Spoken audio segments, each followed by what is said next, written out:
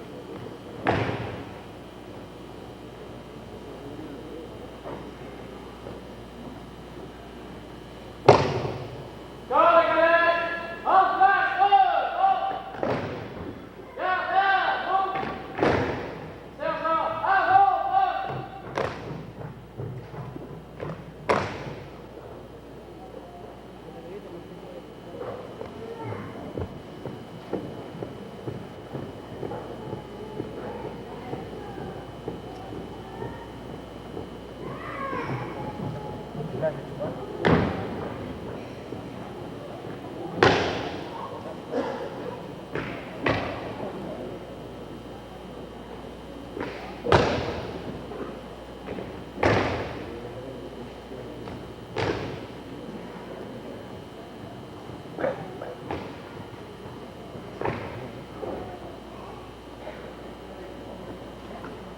numéro 1, en place, repos. Lieutenant numéro 2, en place, repos.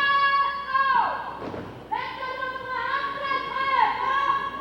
Lieutenant numéro 4, en place, repos.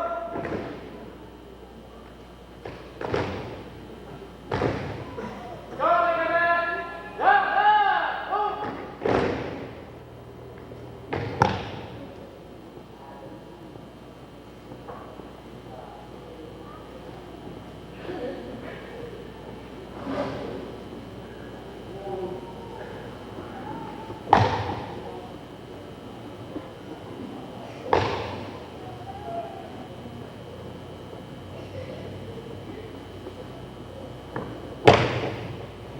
Corps des cadets, en place, repos.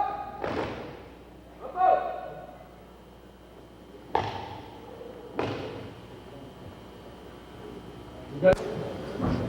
Une récompense est donnée à chaque année et remise par le bureau des cadets.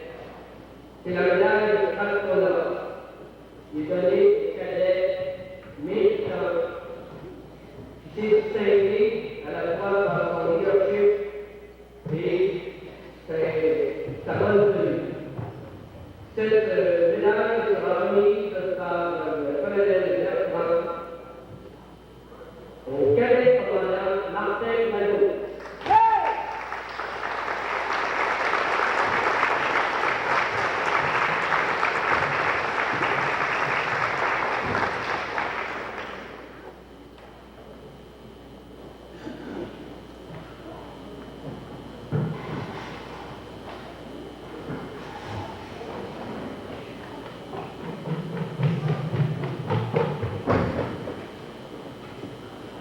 La médaille de la commandant est la plus haute décoration dans le mouvement des cadets.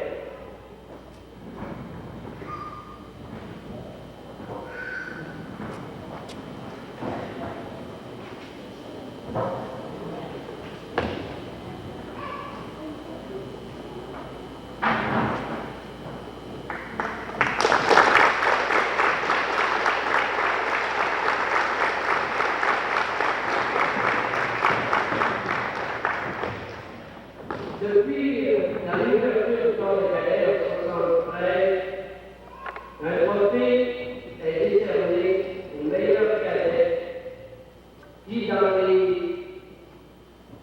activités, dans son dévouement, dans sa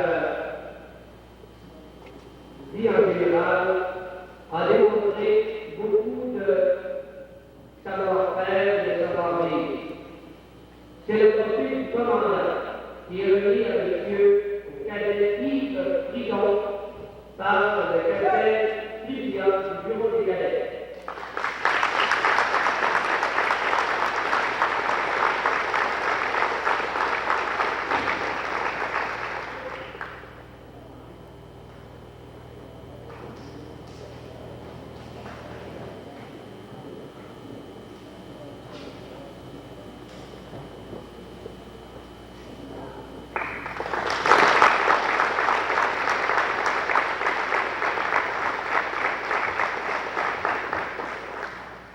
Nous pensons aussi à nos débutants et pour les deux prochains trophées, soit le trophée de la revue féminine et de la revue masculine. Au premier, nous voulons souligner l'effort fourni par la cadette Nancy Mayotte.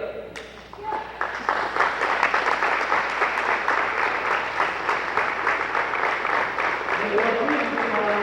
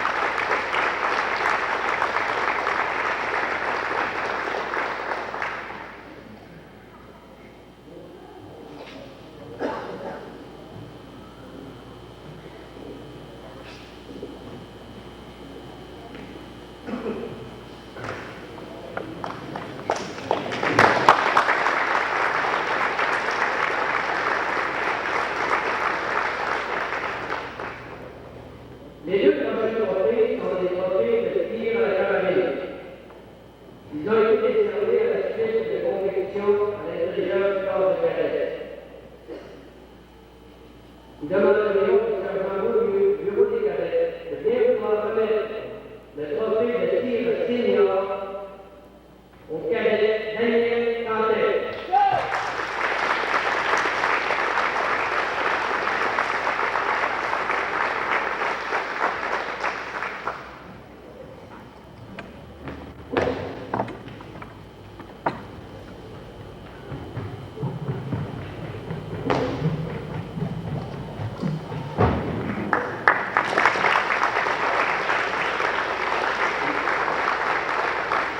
Le trophée de tir junior sera remis par le lieutenant Jean Ravella, officier de liaison du corps cadet de Normandin auprès de la base de Belleville, à la cadette Denise Boissy.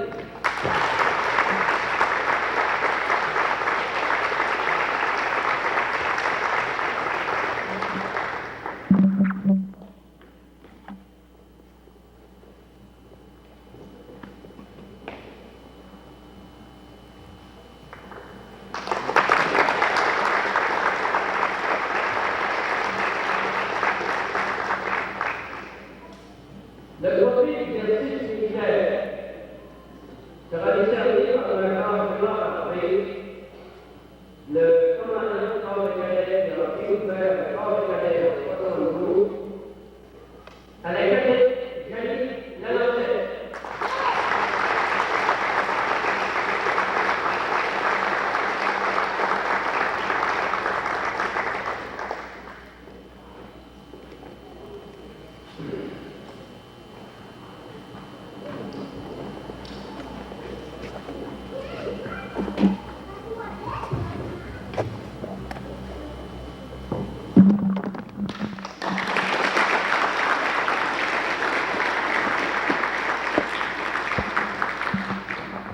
Maintenant, c'est au tour du trophée de distinction.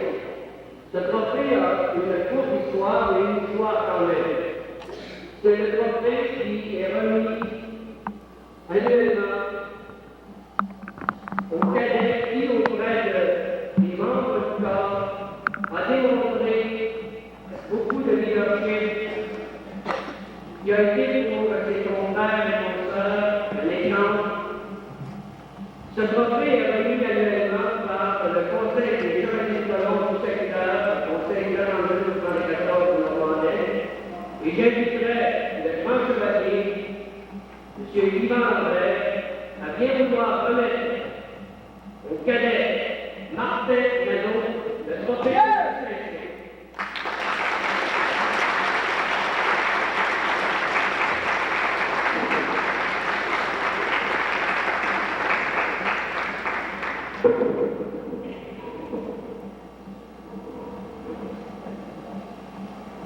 J'inviterai maintenant M. André, s'il vous plaît, à bien vouloir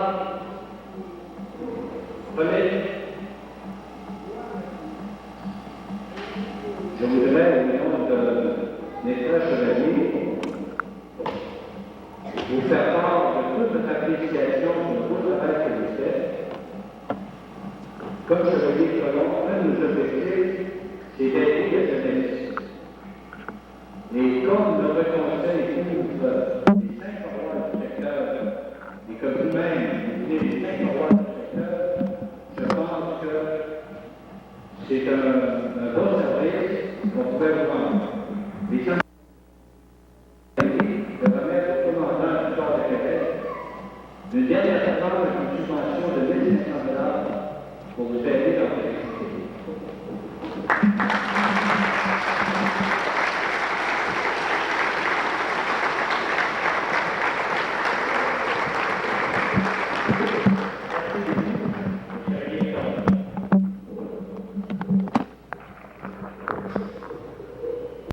Maintenant, nous allons, les cadets vont avancer par le centre et nous allons joindre l'armée pour le camp de nos cadets.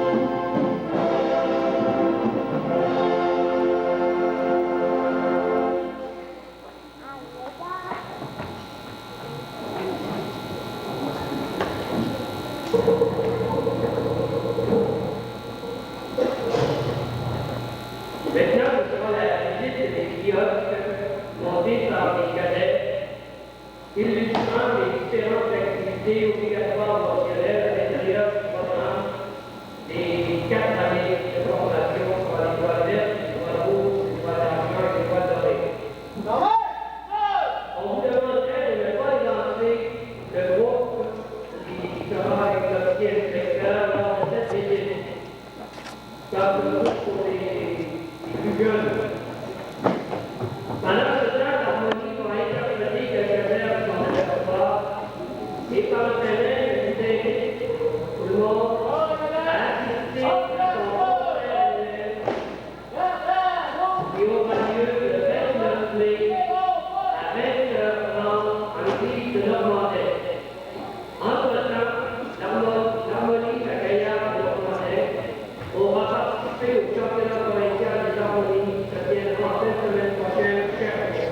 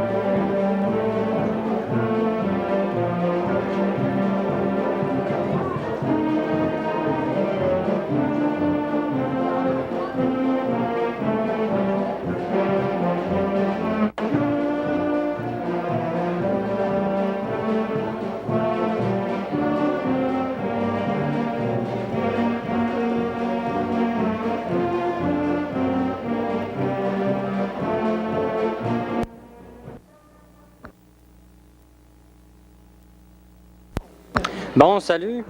Bonjour. Est-ce que tu pourrais m'expliquer un peu à quoi consiste ton kiosque? Mon kiosque consiste un peu à symboliser, rappeler aux gens que la guerre 39-45, tout en ramassant des souvenirs, des télégrammes, des choses comme ça, de M. Clément Dion, un ancien combattant. Si on peut commencer par la carte, qui est un peu moins détaillée que celle-ci, là, qui montre le chemin que les Canadiens ont fait pour aller en Allemagne, au front. Ici, on a l'endroit exact où ce que M. Clément Dion a été blessé par un éclat d'obus. Et ça, c'est les télégrammes qui annoncent à ses parents qu'il a été blessé. Ici. Pendant son séjour à l'hôpital, qui a été de un mois, quelque chose comme ça, il a fabriqué ces deux choses-là. Puis ça, ici, on a... ça a été fait par un corps d'ambulanciers durant la guerre qui ramassait les blessés et les morts. À part de ça, on a ramassé divers souvenirs comme comme une espèce de relevé de caisse. Ici, nous avons divers passeports qui lui avaient besoin pour aller dans divers camps. Ici, on peut voir un peu toutes sortes d'insignes. D'insignes, de régiments, c'est des régiments, oui. C'est exact. Des régiments qu'on a recueillis, toutes les insignes des régiments qu'on a recueillis. Alors ça, c'est les régiments qui ont fait partie ou c'est strictement... Oui, qui ont fait partie de la guerre, mais il y a des régiments de cadets là, qui sont comme nous. Là. À part de ça, ici, nous avons une photographie d'un ami de M. Clément Dion qui a été pris par les Allemands. Aussi, dans la seconde partie, on a voulu un peu rendre une espèce d'hommage à M. Daniel Fournier. Je pense qu'on va le prendre avec la caméra. Là. Oui, qui s'était journé à Chypre pendant 4 mois et demi, ici. Bon. On peut le prendre. on a son béret, on a sa décoration que tous les soldats, après un séjour à Chypre, avaient. Pour de ça, on a 3 médailles de la guerre 14-18 qu'on a recueillies par l'oncle de M.